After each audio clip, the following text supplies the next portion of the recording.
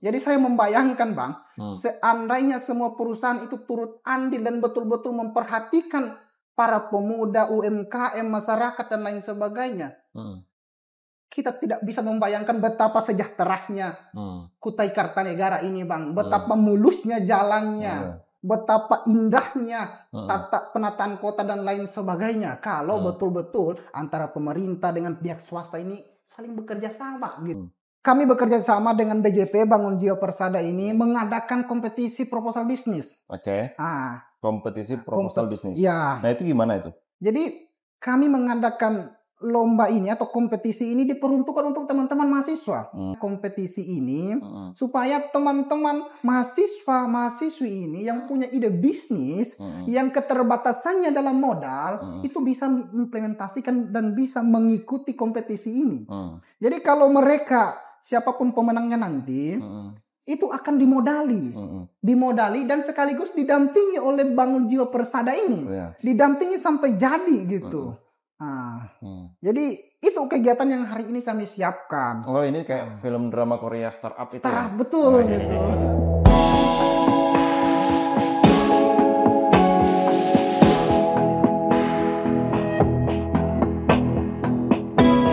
Dan senang Subratan, bertemu lagi di acara Tembok Kisah bersama saya Oji. Dan kali ini kita bersama dengan Ketua Generasi Muda Kutai Kartanegara, Saudara Ikhwan. Apa kabar Bung? Alhamdulillah Bang, sehat selalu. Terima kasih ya sudah datang di acara Tembok Kisah. Siap, Kandah. Nah, acara Tembok Kisah ini sebagaimana yang kita ketahui bersama bahwa acara kita ini adalah kolaborasi antara Alternative Talks by Berita Alternatif dengan PKTV Kaltim Gereja Beneh. Siap Bang. Nah, jadi stasiun televisi yang mantap di Kaltim ini juga berkolaborasi sama kita untuk bagaimana memberikan edukasi kepada masyarakat. Siap Kandah. Berarti saya masuk TV kan Daya? Ya, masuk TV. Nanti bisa di rumah kabari mamanya. Siap. Mak, saya siap. masuk TV gitu. Luar biasa. Oke, Ivan. Banyak orang yang belum tahu nih tentang Gema. Siap kan? Apa sih Gema ini? Jadi Gema itu kan singkatan dari Generasi Muda Kutai Kartanegara kan? Ya, siap. Ini organisasi pemuda yang baru kami bentuk di awal tahun kemarin. Tepatnya itu di bulan Februari kan tanggal 2. Dan alhamdulillah sudah beberapa kegiatan yang kami adakan. Salah satunya itu kami melaksanakan kegiatan diskusi publik terkait tambang silika yang kemarin sempat lagi ramai-ramainya sampai sekarang. Kami mengangkat isu itu, kami diskusikan apakah tambang silika ini apa dampak baik dan dampak buruknya. Oh yang dengan anggota Dewan kemarin bukan? Iya Bang, tepatnya dengan Bang Salehudin, anggota DPRD Dapil Kukar, Provinsi Kalimantan Timur. Dan juga sebelum bulan puasa itu kami melaksanakan kegiatan dalam rangka menyambut bulan suci Ramadan, berbagi sembako di Kampung Tuha Ben Samar. Oh di Ben Samar, iya Bang. Di atas itu ya? Di atas. Dan juga di bulan puasa kemarin kami sempat juga melaksanakan kegiatan. Ngeri juga ya perannya. Kami undang HIPMI Kaltim. Oh iya. Bang Sidik kemarin. Oh iya. Undang di. Oh itu acara kalian ya? Acara kami Bang di Aula Perpustakaan kemarin. Kami undang beliau. Dan hari ini kami sedang mempersiapkan kegiatan juga Bang. Tapi itu nanti kita dibahas spill. Ya itu di akhir. Siap Abang. Terus kenapa sih Gema ini dibuat? Ya kan? Siap Bang. Ya yang pastinya organisasi itu dibuat pasti ada alasannya kan Bang. Gitu. Yang pasti ketika kami melihat situasi dan kondisi organisasi kemahasiswaan hari ini, kami melihat tidak semua mahasiswa itu mampu bertahan di organisasi yang konon katanya menurut sebagian orang Bang ya, menurut sebagian orang aktivitas dan kegiatannya itu agak sedikit monoton. Jadi dari dulu sampai sekarang itu aja. Maksudnya gitu. monoton gimana? Maksudnya itu kegiatannya seperti organisasi kemahasiswaan eksternal, baca buku, kajian, diskusi, itu terus sehingga tidak semua mahasiswa itu mampu bertahan di situ Bang. Tetapi saya harus mengatakan dulu, saya juga lahir di kegiatan-kegiatan seperti itu. Jadi tidak menyalahkan, tetapi tidak semua mahasiswa itu mampu bertahan di situ Bang. Artinya ada segmen lain. Ada segmen lainnya Bang. Jadi kami menghadirkan organisasi ini untuk kemudian mengakomodir teman-teman yang tidak terlalu mampu bertahan di organisasi pemuda seperti itu. Kami ingin merubah kegiatannya itu menyesuaikan dengan kemauan teman-teman tanpa menghilangkan aspek kritisnya, aspek sosialnya, dan lain sebagainya gitu. Jadi kami ingin mengakomodir teman-teman itu, Bang. Sehingga memang dalam tujuan kami juga kan untuk menyiapkan pemuda yang berkualitas dan berintegritas untuk menyambut Indonesia Emas 2045. Jadi fokusnya pengembangan sumber daya manusia, Bang. Khususnya para pemuda di Kutai Kartanegara. Jadi fokus kami di situ, Bang.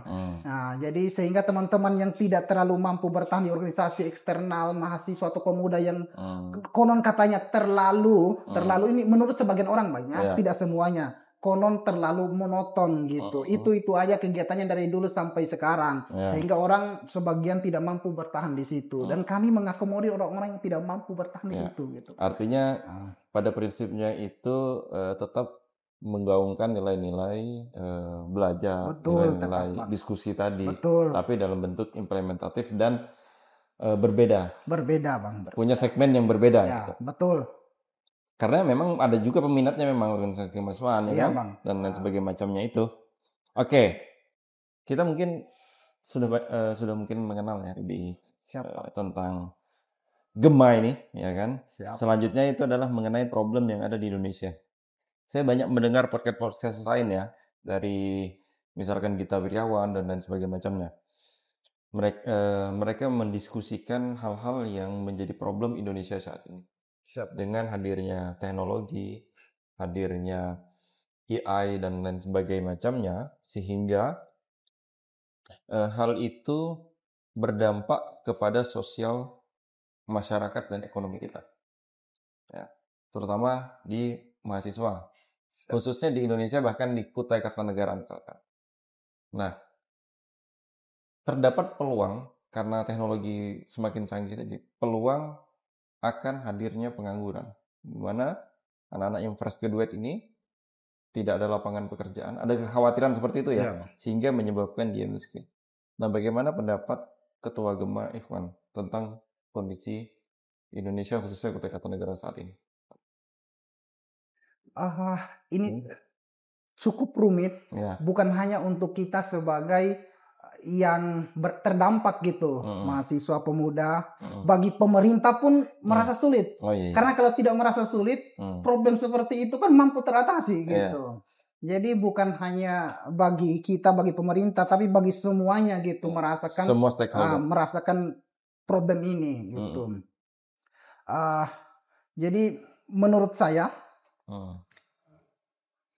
pertama itu pendidikannya itu ditekankan di semua lini aspek, maksudnya di pelosok-pelosok segala macam itu, teman-teman pelajar segala macam itu harus berpendidikan. Jadi bukan hanya berhenti sampai di tingkat SMP ataupun SMA, harus naik levelnya sampai perguruan tinggi. Dan itu tidak boleh kita hanya sekedar berbicara saja, menyampaikan saja, kau harus kuliah nanti. No.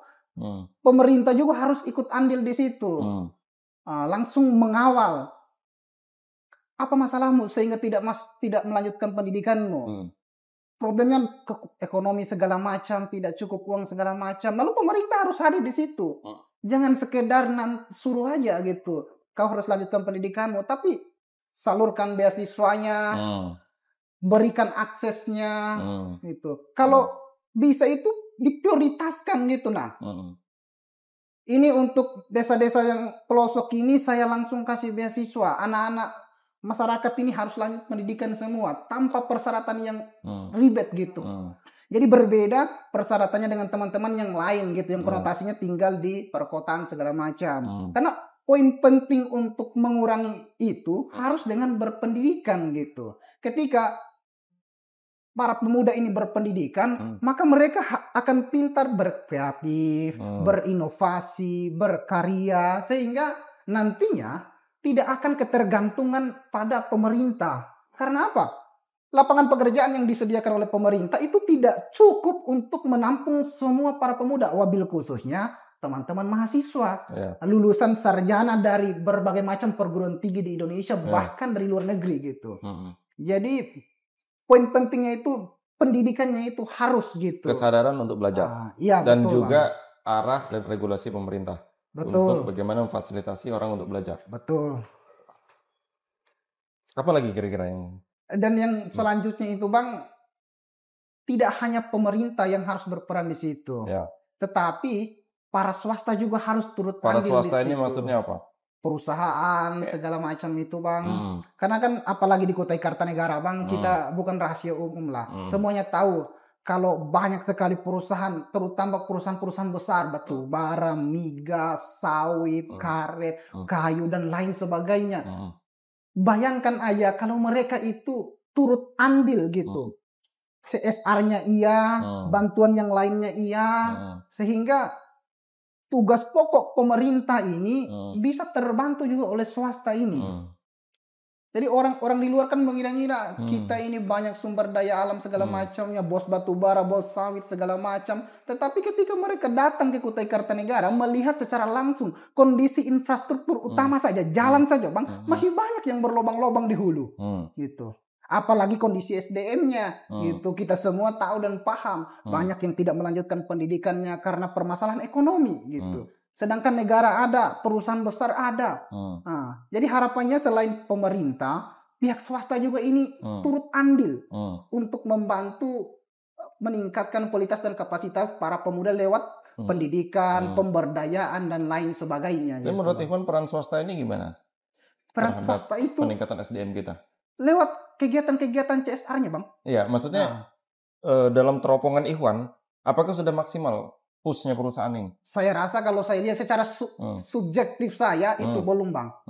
Kita melihat perusahaan ini sangat banyak betul Bang. Luar biasa, batu bara saja luar biasa banyaknya. Ratusan perusahaan. Katakan saja satu desa, satu kecamatan, puluhan perusahaan. Kalau semuanya keluarkan CSR-nya atau program pemberdayaannya, apa tidak meningkat kualitas dan kapasitas para pemudanya? Apa tidak meningkat pendapatan perekonomiannya? Apa tidak terbuka lapangan pekerjaan di situ? Ketika betul-betul pihak perusahaan ini betul-betul ingin memberdayakan gitu, bukan hanya ya mengambil sumber daya alam, baru masuk di negara sebagian, masuk juga kebanyakan di perusahaannya tanpa memikirkan orang-orang yang terdampak di situ. Paling-paling kan hari ini kan ya secara untuk menggugurkan kewajiban ini program yang kisarannya itu kan bahasa kalau perusahaan kan tidak seberapa sebetulnya. Untungnya ratusan miliar triliunan, keluarnya yang dikeluarkan berapa? Ratusan juta segala macam. Kebanyakan seperti itu. Seandainya sesuai dengan aturan kan berapa persen keuntungan, sekian persen yang harus dikeluarkan untuk CSR, untuk program pemberdayaan dan lain sebagainya. Jadi saya membayangkan Bang, seandainya semua perusahaan itu turut andil dan betul-betul memperhatikan para pemuda, UMKM, masyarakat dan lain sebagainya, kita tidak bisa membayangkan betapa sejahteranya Kutai Kartanegara ini Bang, betapa mulusnya jalannya, betapa indahnya penataan kota dan lain sebagainya kalau betul-betul antara pemerintah dengan pihak swasta ini saling bekerja sama gitu. Artinya ketika masih banyak ketimpangan yang ada ya, seperti infrastruktur, SDM dan segala macam, ada yang salah di pengelolaan Republik kita ini, khususnya Kutai Kartanegara. Pasti. Menurut Bang Ikhwan ya? Iya, menurut subjektif saya Bang. Iya, subjektif ya. Bukan objektif nih ya, subjektif. Artinya masih debatable ya. Iya Bang. Terus siklusnya kan gini, kita kan kuliah. Iya Bang. Ya, kuliah. Setelah lulus kuliah, kita dituntut untuk menghasilkan sesuatu atau dalam hal ini adalah kerja. Iya. Nah, peluang-peluang kerja itu hari ini juga berpengaruh terhadap angka pengangguran kita, karena pengangguran itu bisa menjadi membludak ketika tidak ada saluran seperti yang dikatakan Ikhwan tadi kan, tidak ada saluran anak-anak itu setelah ini mau kerja di mana gitu, karena pemerintah saja nggak cukup kan. Betul. Swasta kita juga mungkin pilih-pilih kan gitu. Nah, apa yang salah ini? Apakah output dari pendidikannya atau bagaimana? Kita tidak mau menyebut kampus atau menyebut apa ya, tapi saya lihat di teman-teman komunitas bisnis saya ya, setiap dia buka rekrutmen itu banjir anak-anak lulusan sekolah, lulusan kuliah ya, yang mendaftar di usahanya dia dan dipilih hanya sekian persen saja gitu. Nah, Apakah kualitas kita atau ketersediaan lapangan pekerjaan atau bagaimana? Kalau dari pandangan saya semuanya itu kurang, Bang. Oh iya. Ya. Dari sisi penyediaan lapangan kerjanya kurang, dari sisi kualitasnya juga mungkin Kualitas bisa kita apanya? katakan kurang SDM-nya. Oke. Ya, Artinya lulusan tadi ya? lulusan yang tadi gitu. Jadi apa yang harus dilakukan gitu? Pertama di sisi orangnya, mahasiswanya dalam hal ini sebagai lulusan calon pekerja dan lain sebagainya.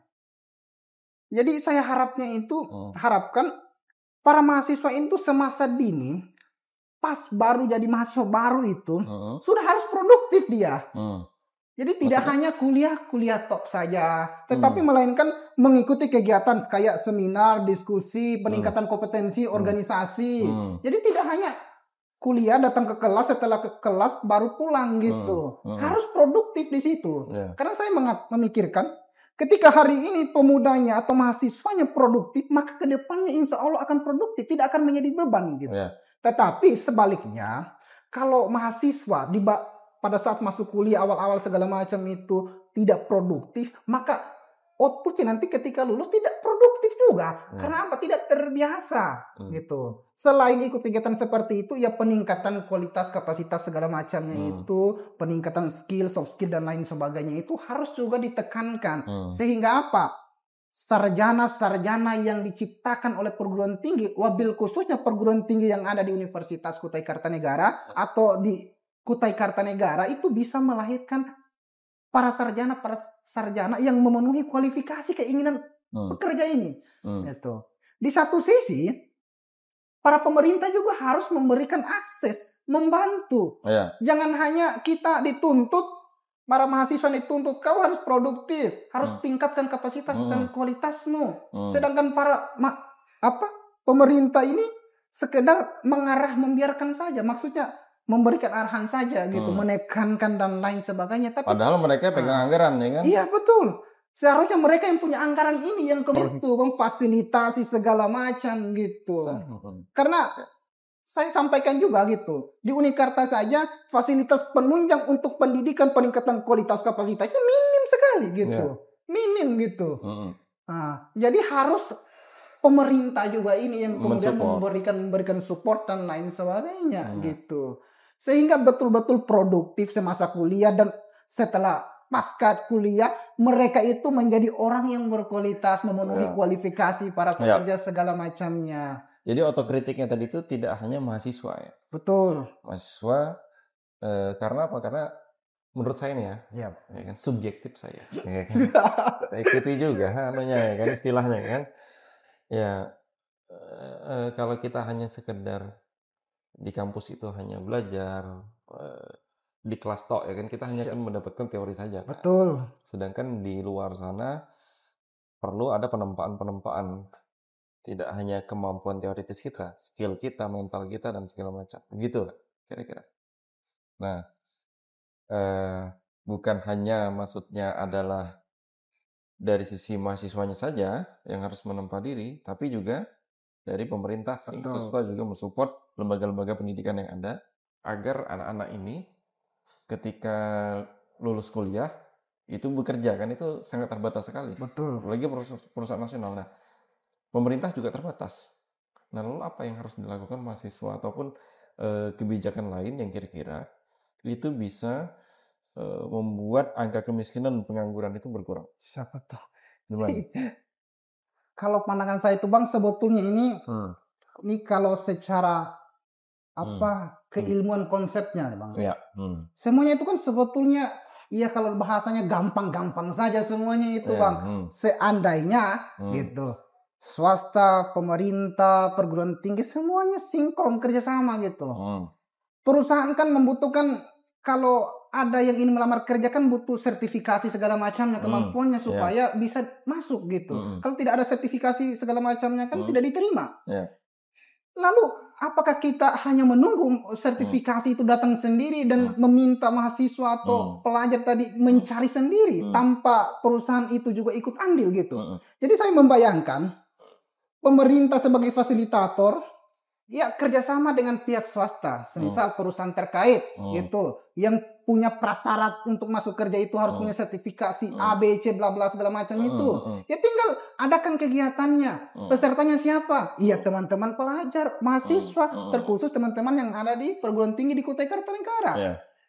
Fasilitatornya pemerintah, yang kemudian dan pihak swasta, baru mahasiswa ini yang kemudian jadi pesertanya, peserta untuk mendapatkan sertifikasi, pelatihan segala macam yang diinginkan oleh perusahaan tadi supaya bisa masuk di perusahaan dia.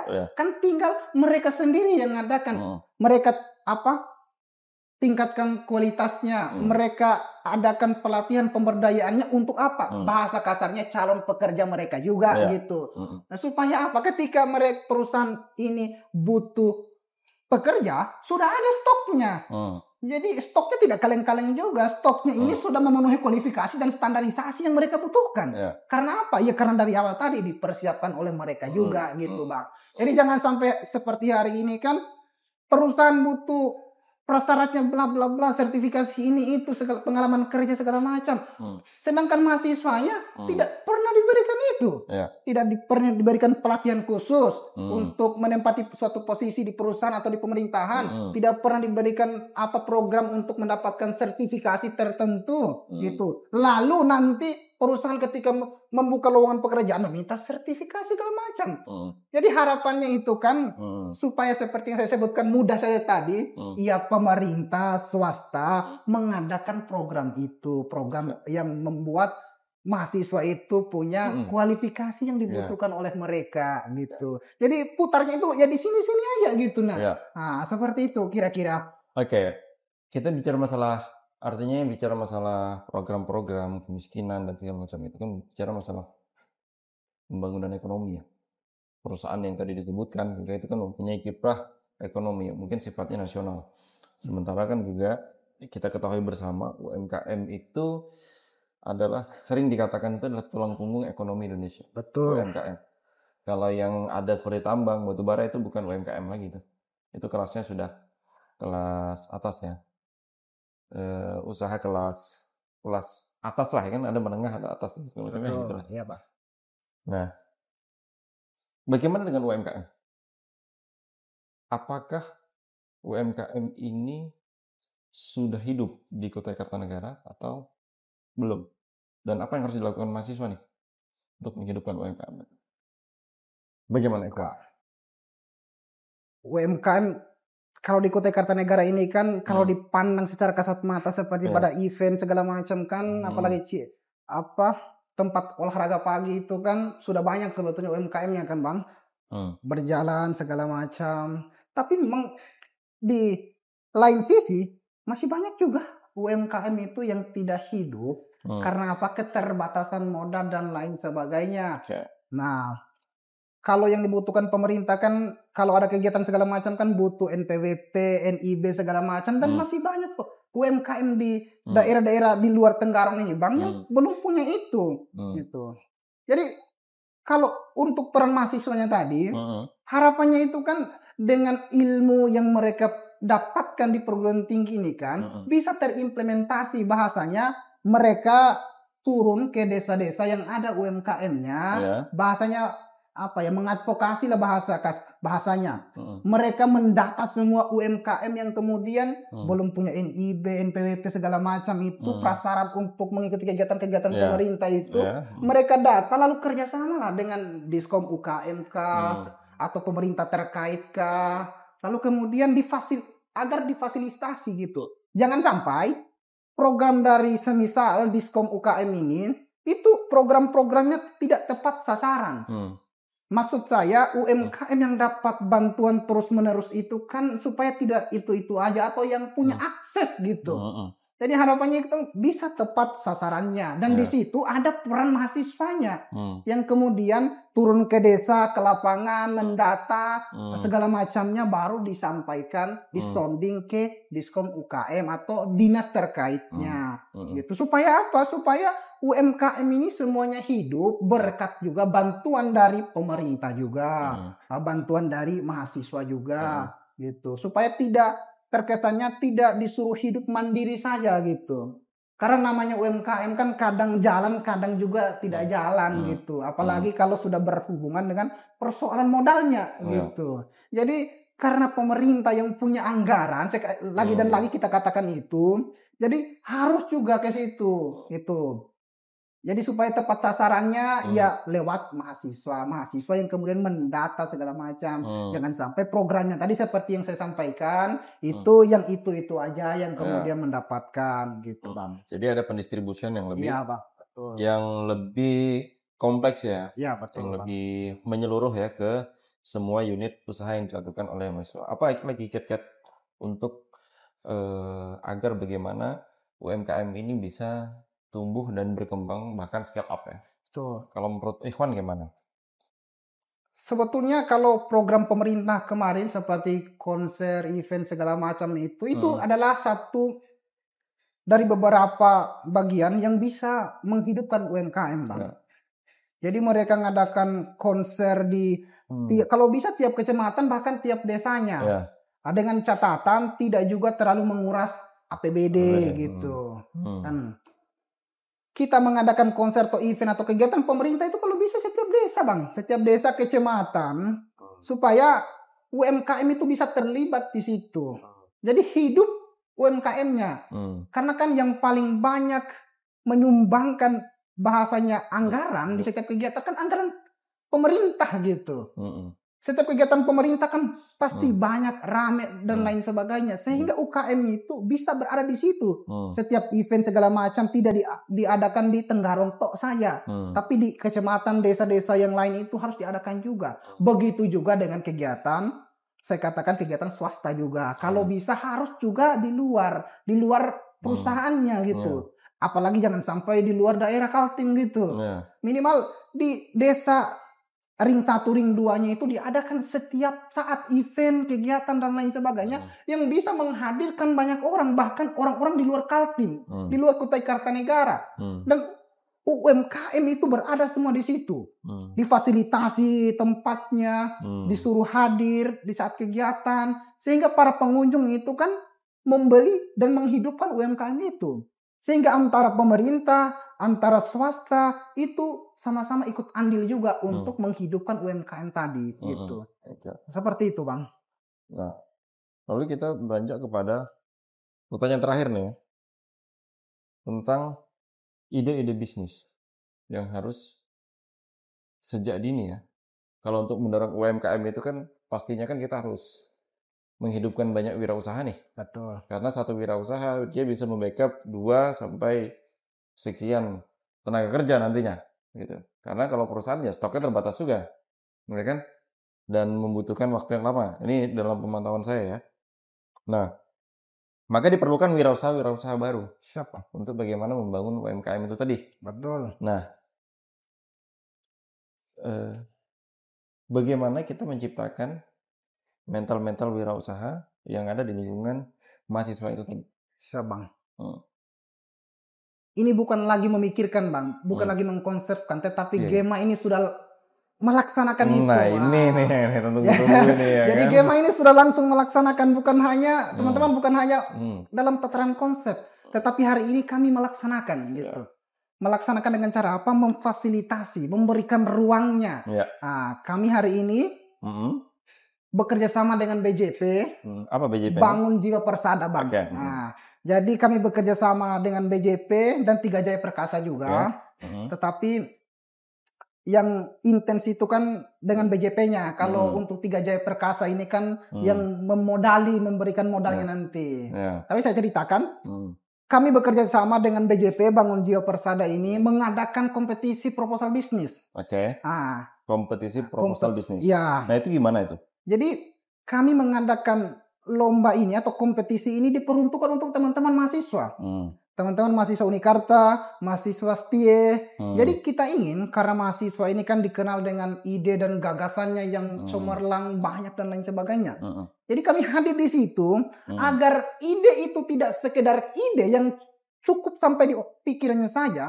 Kami ingin diimplementasikan. Jadi kami hadir mengadakan kompetisi ini supaya teman-teman mahasiswa-mahasiswi ini yang punya ide bisnis, yang keterbatasannya dalam modal, itu bisa mengimplementasikan dan bisa mengikuti kompetisi ini. Jadi kalau mereka, siapapun pemenangnya nanti, itu akan dimodali dan sekaligus didampingi oleh Bangun Jiwa Persada ini, didampingi sampai jadi gitu. Jadi itu kegiatan yang hari ini kami siapkan. Oh, ini kayak film drama Korea startup itu ya? Betul gitu. Nonton drama Korea startup. Nah, nonton dulu. Oh, kayak gitu ya? Siap, betul. Kalau startup itu kan dia bicara jadi developer ya, Ya, bikin aplikasi marketplace dan sebagainya. Ya, kalau ini apa aja ya? Ya, ide bisnisnya semuanya gitu. Jadi tidak ada segmentednya kan? Betul, tidak ada batasan gitu. Jadi ide bisnis apapun yang ada di pikiran mahasiswa itu misalkan bisa disalurkan tentang pertanian kah, tentang apakah, tentang dagang kah, yang penting dia kelasnya UMKM ya. Betul. Dan catatannya belum berjalan gitu. Belum berjalan. Harus masih dalam planning atau perencanaan, masih dalam tataran konsep. Oh, artinya enggak boleh. Dia ini kan sudah usaha nih. Ya. Baru itu dibuatnya jadi proposal. Itu enggak boleh. Itu enggak boleh, Bang. Jadi syaratnya memang harus pure. Betul, harus masih pure konsep gitu yang masih diplanningkan. Karena targetnya itu pemula gitu. Teman-teman mahasiswa yang kaya akan ide dan gagasan tadi. Kami memfasilitasi itu, memberikan ruang dan panggung agar mereka bisa merealisasikan ide dan gagasannya. Gitu. Tapi nanti ada hadiahnya ya? Oh, insya Allah totalnya hingga 100 juta. Bayangkan totalnya hingga 100 juta. Itu untuk pemula loh. Ada juga ini untuk modalnya ya? Betul. Kalau misalkan dia juara 1, ada juga Bang. Kalau yang juara 1 itu kan uang pembinaannya 3 juta. Plus sertifikat, plus modalnya tadi, suntikan modalnya, sama plus bimbingannya. Banyak plusnya ini juara 1. Kalau juara 2 ini ada uang pembinaannya juga, Bang. 2.500.000. Nggak kaleng-kaleng juga ini. Yang dibutuhkan ide dan gagasan aja ini. Ini ide mahasiswa ini dibayar loh gitu untuk ikut ini. Diberikan uang. Juara 3-nya dikasih 2 juta. Nggak kaleng-kaleng juga ini. Lumayan kan? Baru peringkat 4 sampai peringkat 10 dikasih uang juga. 300.000 plus sertifikatnya. Jadi konsepnya nanti kan yang daftar itu diseleksi, diambil 10 besar. Ini pendaftaran masih ya? Masih, baru dibuka tanggal 1 kemarin, Bang. 1 sampai? 1 sampai 10 yang diambil. Untuk diminta hadir mempresentasikan. Bentar. Pendaftaran tadi? Pendaftaran dari tanggal 1 Pendaftarannya tanggal 1 sampai dengan tanggal 17. Baru seleksi internalnya itu tanggal 17 sampai dengan tanggal 22. Seleksi internal ini gimana maksudnya? Seleksi internal ini seleksi oleh tim BJP gitu. Belum menggunakan juri yang profesional. Jadi tim BJP ini diseleksi semua proposal yang sudah terdaftar di awal tadi. Katakan saja ada 30-40 proposal. Baru diseleksi oleh tim BJP. Itu diambil 10 besarnya. 10 besarnya. Dengan nalar pengusahanya itu mereka tahu. Ya gitu. Kan saya lihat teman-teman di BJP itu kan praktisi ya kan? Betul, praktisi langsung. Terus? Jadi, mereka ambil 10 besar. Baru di tanggal 24, kisaran 24, itu diminta untuk hadir mempresentasikan. Kenapa harus dipresentasikan? Pertama untuk pendalaman, kedua untuk mengantisipasi kalau ide proposal ini dari orang lain. Kan bisa terlihat nanti ketika dipresentasikan apakah ini pure idenya sendiri atau ide orang lain. Dan juga untuk mendalami lagi terkait konsep usaha yang dia daftarkan tadi. Apakah betul ini usahanya bisa berkelanjutan atau bagaimana gitu. Resiko, solusi segala macamnya bagaimana gitu. Dan di situ dinilai oleh juri yang profesional nanti, Bang. Jadi ada juri profesionalnya yang kemudian mengambil 3 besarnya nanti. Juara 1, 2, dan 3-nya. Itu kapan itu? Itu tanggal 24 nanti, Bang. Tanggal 24 Mei. Tanggal 24. Yang presentasi tadi? Yang presentasi 24 juga, Bang. 24 ya. Baru setelah presentasi pengumumannya nanti, penerimaan juara itu insya Allah tanggal 26 nanti, Bang. 26-nya ya. Jadi full 1 bulan ini persiapannya. Mulai tanggal 1 pendaftarannya sampai akhir bulan nanti tanggal 26 pengumumannya. Jadi buat teman-teman jangan pernah sia-siakan kesempatan ini. Ya. Nah, ini ada yang ingin memberikan modal, yang hanya meminta ide teman-teman, ide dan gagasannya. BJP secara pribadi, secara kelembagaan tidak meminta imbalan apapun. Mereka pure ingin mewujudkan pebisnis pemula yang lahir dari kalangan mahasiswa. Tidak meminta bagi hasil nanti, no gitu. Cuman pure untuk ikut andil mewujudkan pebisnis pemula ini. Nah, dengan cara mengadakan kompetisi ini. Ya. Jadi harapannya dengan ada kompetisi ini, kalau saya nangkap ini kan bahwa teman-teman Gema ini memfasilitasi ini kan artinya tidak hanya bicara mengkritisi dan mengatakan mengungkapkan kritiknya ataupun tanggapannya terhadap kinerja pemerintah, tapi mencoba untuk juga berbuat dalam bagaimana memfasilitasi kawan-kawan calon-calon pengusaha ini tadi. Betul, Bang. Untuk bergerak bersama-sama membangun ekonomi di Kutai Kartanegara. Nah, harapannya gimana dalam kegiatan ini? Ya, harapannya pertama, teman-teman mahasiswa itu yang punya ide dan gagasan tadi bisa berbondong-bondong ini, ikut berpartisipasi dalam kompetisi ini. Nah, kedua, teman-teman yang dipilih, yang proposalnya nanti terpilih menjadi pemenang, juara satu nanti, yang akan diberikan suntikan modal dan akan didampingi bisa menjadi pengusaha yang sukses. Sehingga dia juga nanti bisa membuka lapangan pekerjaan untuk orang lain, Bang. Dan bagi teman-teman yang tidak mendapatkan juara satu atau yang dapat juara 2 sampai peringkat ke-10, itu harapannya tidak berkecil hati. Tapi dia sudah punya modal ini, Bang. Modal proposal bisnis yang bisa dia tawarkan di orang-orang lain gitu. Yang ingin menjadi investornya gitu. Kan dia sudah punya proposalnya. Dia itu gagasannya dia rangkum sendiri, dia buat sendiri, dia planning sendiri gitu. Tinggal bagaimana ya harapannya juga di orang-orang BJP juga nanti bisa membukakan akses untuk teman-teman yang tidak mendapatkan juara satu tadi, mencarikan bahasa bisnisnya, mencarikan investornya, gitu, membukakan aksesnya supaya proposal mereka tidak berhenti sampai di situ saja, gitu. Harapannya kan bukan hanya satu aja yang lahir untuk menjadi pebisnis nanti dari kompetisi ini, tapi teman-teman yang lain juga yang punya proposal bisnis yang luar biasa juga itu bisa juga diberikan akses gitu. Akses ke teman-teman usahanya, HIPMI-nya mungkin dan lain sebagainya mungkin bisa dibukakan akses seperti itu. Karena apa? Karena problem kami mahasiswa yang punya ide bisnis segala macam kan hanya tidak punya akses saja, Bang. Ide dan gagasan itu banyak gitu. Hanya saja tidak punya akses untuk mendapatkan permodalan, pendampingan dan lain sebagainya. Kalau hari ini BJP memberikan akses itu begitu sangat luar biasa dan mulianya BJP ini. Apalagi pemerintah. Iya, pemerintah yang punya anggaran besar gitu. Kan? Ini baru sekelas BJP. Bagaimana dengan pemerintah dan bagaimana kalau perusahaan korporat besar lagi? Ini tiap tahun akan muncul pengusaha-pengusaha banyak. Ekosistem ini akan membaik dan akan menghilangkan yang namanya kesenjangan sosial. Betul. Kesenjangan sosialnya kan gini, yang kaya makin kaya, yang miskin tambah miskin kan gitu. Iya, betul, Bang. Dan angka ini kan semakin hari kita lihat semakin meningkat. Betul. Nah, dengan adanya ekosistem yang tadi disampaikan, Ikhwan itu bisa menurunkan. Betul, bisa meminimalisir itu. Oke. Sebelum kita tutup, apa yang ingin Ikhwan sampaikan kepada semua stakeholder, baik itu pemerintah, masyarakat, dan juga unsur-unsur yang tadi disebutkan? Betul. Pertama saya ingin sampaikan kepada pihak pemerintah karena mereka yang mengelola APBD ini, Bang. APBD kan dari rakyat, ya seharusnya untuk rakyat yang dikelola oleh pemerintah gitu. Harapannya betul-betul diperhatikan para pemuda, wabil khususnya para mahasiswa ini. Para mahasiswa ini punya ide dan gagasan yang sangat luar biasa. Hanya kekurangan aksesnya saja. Oleh karena itu saya meminta dan mengharapkan kepada pemerintah agar memberikan akses itu. Kedua, bagi swasta, korporat-korporat besar yang kemudian mengelola sumber daya alam di Kutai Kartanegara. Jangan kemudian hanya mengambil sumber daya alam, lalu kemudian lupa akan pemberdayaan dan kesejahteraan orang-orang yang ada di sekitar wilayah tambangnya atau wilayah perusahaannya.